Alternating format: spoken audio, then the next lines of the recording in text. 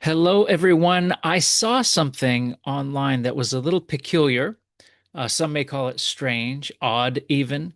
It was about a 3-minute video of somebody saying a number of interesting or not interesting things regarding the ancient religion that is associated with either Judaism or Christianity, and especially as it applies to the ancient languages that were used to share this. So I don't know if this person who made the video is a viewer of this channel or not. If you are a viewer, it'd be great to have a conversation with you. So comment below. If you're not a viewer, maybe you will be, in which case you'll find my critique of the video, and who knows, maybe we can start a dialogue about some of the things discussed. So I'm going to go ahead and play this thing, and I'll pause and give you some commentary on it. And, I'll try not to be judgmental, um, but I am an imperfect wart of a, of a human on the, let me stop with the metaphors here before I get too creative. So I am imperfect, and you may have some uh, judgment leaking out, but I hope to be as impartial as possible in reviewing this, and I ask for your forgiveness in the event that, let's just go ahead and we can view it together, shall we? I'm telling you guys right now, from the literal bottom of my heart, you guys have no idea how much you've been lied to. Especially Christians. You remember hearing about all the persecution of Christians? Well, you guys have no idea what they actually did to the religion. It has been completely taken over by the Jewish elite and the Gentiles. Okay, I'm a little confused. What does the persecution of Christians have to do with the so-called Jewish elite and Gentiles? I mean, persecution is a matter of Christian history, whether it was the killing of Jesus Christ, whether it was the killing of the vast majority of the apostles, all but one. Um, the martyrs through the ages, under any set of conditions, is a very it's tied to the very fabric of what Christianity is. And I think that it's quite simple, really. Like, when you want to understand persecution is not just martyrdom, right? Sometimes it can be expressed in the form of oppression, discrimination, things like this. Those are all sorts of different types of persecution that even persists to this day in certain countries where, it's either illegal to be a Christian, or a different set of ethical norms is legalized in certain countries. And so those things favor those who aren't Christians, things like that. But it's pretty simple, right? The Christians are called to love God and love their neighbor. And what that means is they would rather die than bow to a different system. And so people who are um, abusers, like psychologically inclined to abuse others, in situations like that, those people rise to places where they actually enact persecution on people, not just Christians, but Christians, they tend to take it. Why? Because they would rather die than compromise their basic set of beliefs. I'm not sure why that's tied to the rest of this person's thesis here, but let's go ahead and listen, because now he brings up things like the Jewish elites and the Gentiles. Let's hear what he has to say. I know I might sound like a crazy person, and you're probably wondering what I mean by that. Well, you see, the Old Testament is written in Hebrew, the language of the Jewish elite. And you see, the New Testament was written in Greek, the language of the Gentiles. Partially correct. Generally, the Old Testament, or the thing that we call the Old Testament in Christianity, was in its primary form composed in several Hebrew dialects as well as Aramaic of the imperial period. So it's mostly Hebrew. It's also Aramaic. You can look at Ezra and Daniel and see that those things are actually written in Aramaic. There's a number of other texts that possibly were written in Greek. Um, However, since the discovery of the Dead Sea Scrolls, and we'll bring that up again in a little bit, we've found Hebrew originals for a lot of these texts that people thought were originally written in Greek. There's portions of Daniel that were written in Greek. And so Daniel's a book that's written in Hebrew, Aramaic, and Greek. So you get all of that. Now, with the New Testament, um, the fathers of the church comment on the fact that Matthew was originally written in Hebrew, and possibly the epistle to the Hebrews um, in the language of either Hebrew or Aramaic, and then translated into Greek, because the style of the Greek of the book of Hebrew, or the epistle to the Hebrews, is very clean and refined, right? It looks like it's a translation of something. So generally, that's right. In terms of the way things were written, right? Like, what was the mechanism, or the the language of transmission? Generally Hebrew, generally Greek. With a couple footnotes to that. When that is not the actual language of the forefathers of the Bible. Jesus was never Jewish. He lived in Galilee. He was Jesus Christ of Nazareth. Nazarenes are not a sect of Judaism. There is no record of them all throughout ancient history being connected to Judaism. The Nazarenes were a different religion than Judaism that followed the teachings all the way back to Adam. Is pretty long, pretty long. And the idea of not going back to Judaism it's a challenging idea, because Judaism as a term really is a Hellenistic term. It's a Hellenistic term for the people who are revolting against the system of Hellenism that has, prevailed in the area. So you can make an argument that, just because Nazareth is not Judea, historical Judea, that, Judean and Jewish aren't the same, although etymologically the Persian province of Yehud, where the contemporary term Jewish ultimately derives, is tied to Judah, which is the southern kingdom, which is the map he showed. But going back to Abraham, man, goodness gracious, you're lucky. Let's go ahead and continue. Judaism claims Moses is the first prophet to write down their writings. That's true. You can see this in Pirkei Avot, that Torah is delivered to Moses in the Jewish or rabbinical tradition. The first scribe of Christianity was Enoch, seventh from Adam. He wrote a book called the Book of Enoch, which is the first book of the Bible that has been suppressed by the Jewish elite in Greco-Roman Christianity, i.e. the Vatican. So that's kind of interesting. So the Book of Enoch, and maybe we should do more, more videos on the Book of Enoch. The Book of Enoch is one of those books that is part of some collections of the Scripture. It's not universal in its usage liturgically by the different local jurisdictions or rites of Christianity historically. Now, the Book of Enoch, it's not like it was unknown to Christians. It's known by, the Epistle of Jude quotes from it, for goodness sakes, right? And so it's Jesus quotes from it himself. So it's a challenge to know kind of the extent to which we have we had Enoch circulated in the early period. It's certainly part of the Ethiopic canon, or the Tewahedo canon, as it's been called since the 1800s. The Ge'ez rite, that is to say, the way Christianity was practiced in the Horn of Africa.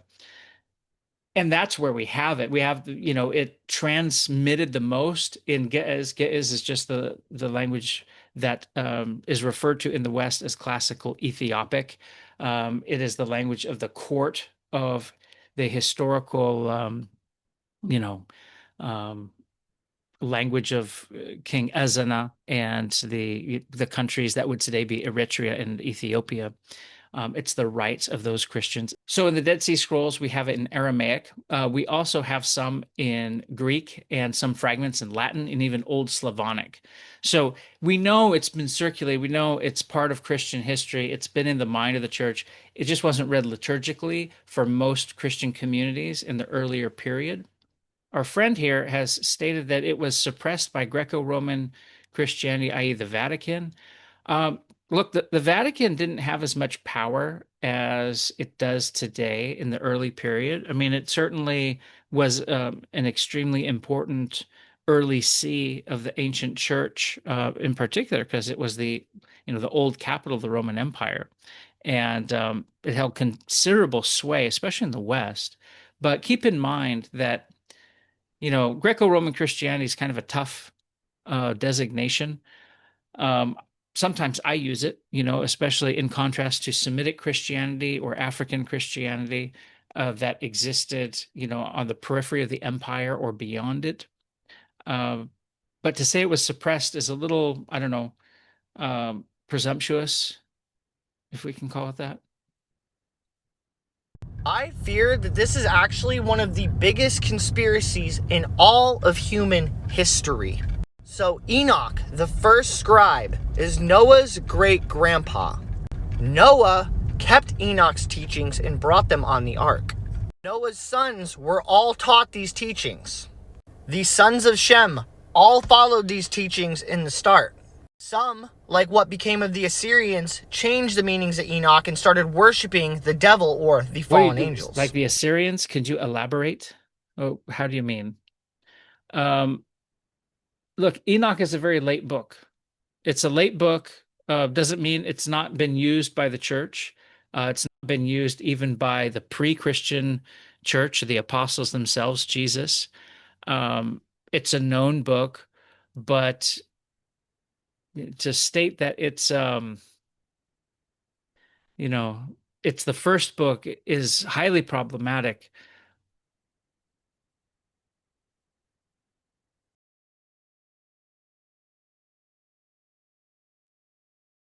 Other people, like some of the people on J5th's line, turned it into a religion, becoming Zoroastrianism. But some groups, like the Aramenes, kept the true meaning of the scriptures.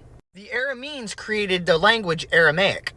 I mean, okay, the English created the language English, the French created the language French. Look, so um, that's an oddity, especially since the Aramaic or the Aramean tradition is only Christianized later, even by those who would identify as Christian Arameans. They refer to Arameans in a pagan sense, even if they're referring to their own heritage. And so it's an awkward thing to say about, the maintenance of the faith. I mean, they generally recall their own conversion to Christianity, away from, their, let's call it, pagan past. Which was spoken by Abraham and the Assyrians. There's something to be said for that. I mean, the scripture records that Abraham was a wandering Aramean, and the Assyrians did adopt Aramaic. Look, I mean, if you watch this channel, you know how important I think Aramaic is, not just for the study of, scripture and history, but for understanding human language, for knowing it's kind of like a key to unlock a lot of Semitic languages, and the different types of literature it contains that are important to world history. All the sons of Shem spoke Aramaic. Well, if all the sons of Shem spoke Aramaic, that's maybe if you're calling Semitic Shem, right? That's where Semitic comes from. If you're calling Semitic, Shemitic, Aramaic the same thing, you could make that argument, but I don't, the thing that we call Aramaic is distinguishable, by certain root patterns that diverge from other Semitic languages. We theorize about like an ancestor called Proto-Semitic. We don't have anything written in Proto-Semitic. I mean, it's kind of dispersed geographically by the time writing comes onto the picture.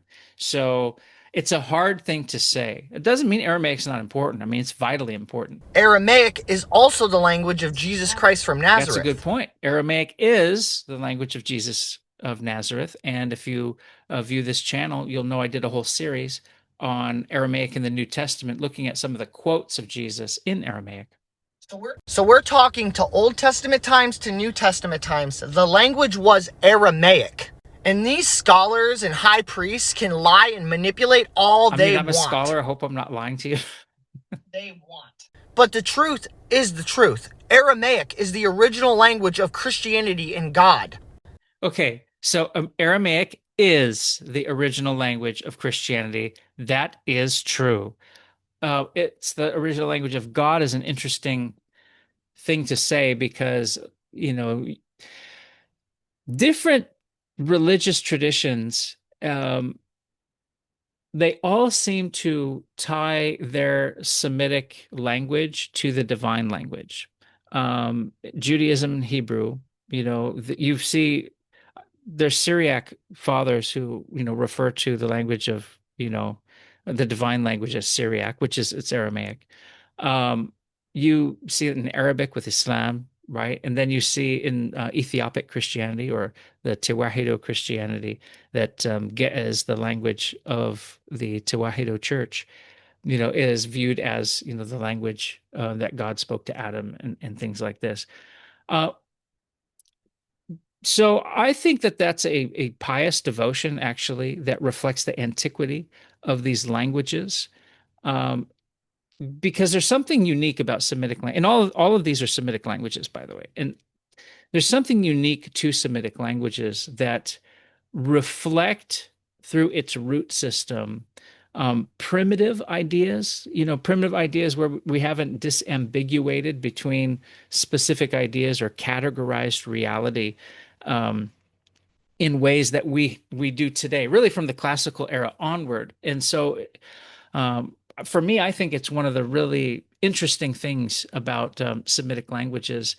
Sometimes they sound onomatopoetic, like as you would um, try to express if you were just making sounds to describe things, right? Like humans generate certain sounds, and oftentimes um, they become root patterns in Semitic, and then through the root patterns, they're nominalized and verbalized, and the language develops in and around that. So there's something to be said about the antiquity of Semitic languages.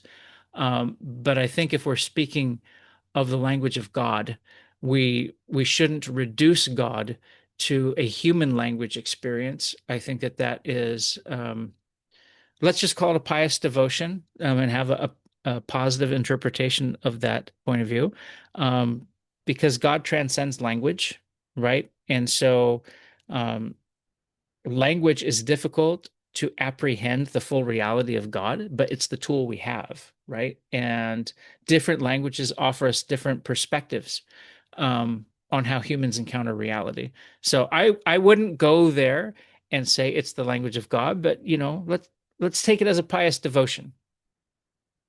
The prophecies of the Son of Man, the teachings of Jesus Christ go all the way back to the beginning. Okay. That's a Christocentric reading of scripture, and that's definitely the Orthodox Christian tradition. Way before Rabbinic Judaism was ever thought of. Way before the Vatican ever named a pope.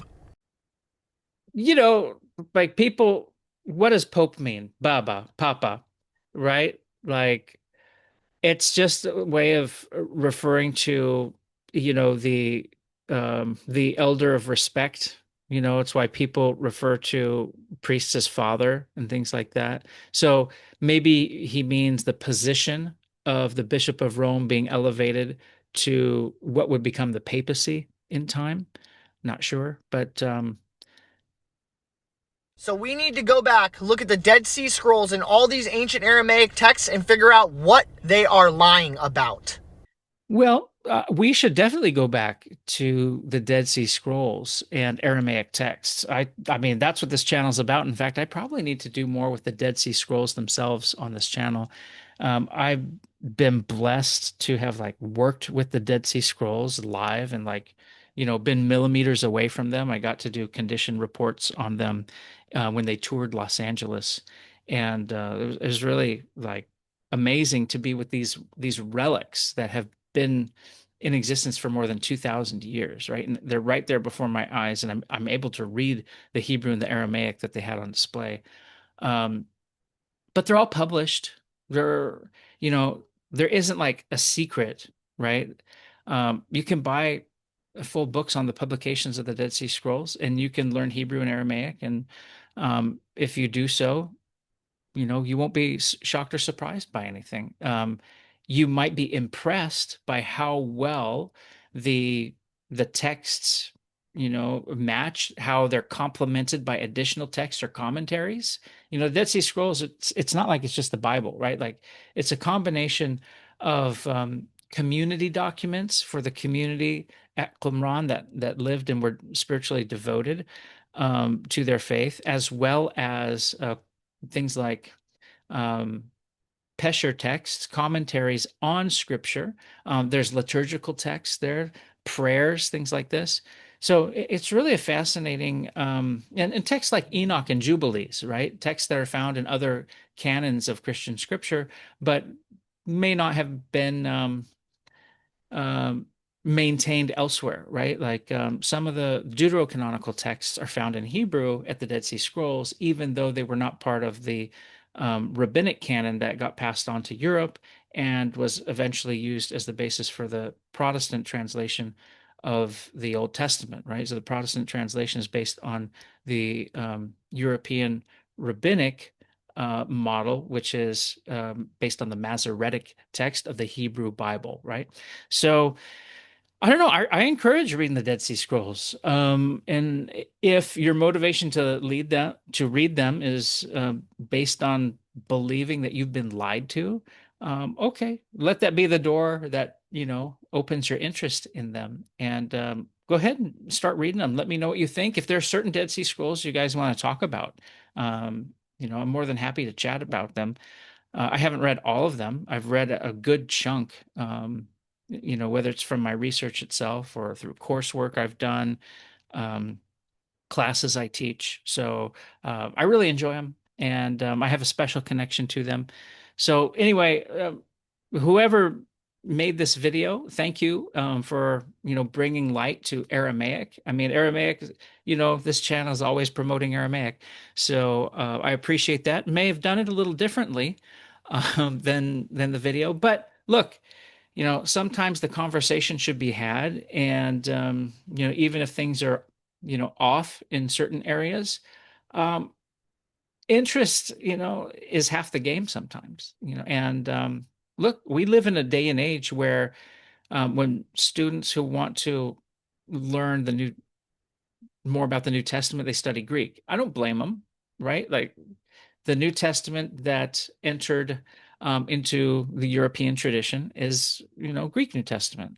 The Christians in the East used a Syriac version of the New Testament. And it's called the Peshitta. And there's a couple of different translations they used as well, but the Peshitta is the main version used by Christians in the East. And so, if you're going to learn Greek, read the Septuagint, read the Old Testament in Greek too. Uh, there's a lot we don't know. There's a lot that, we turn our attention to here, and we'll, focus on, Hebrew and Greek for those reasons that the original video maker suggested, right? Old Testament Hebrew, New Testament Greek. But really, you can use Greek to do the Old Testament too. And that's a very important ancient tradition of Scripture.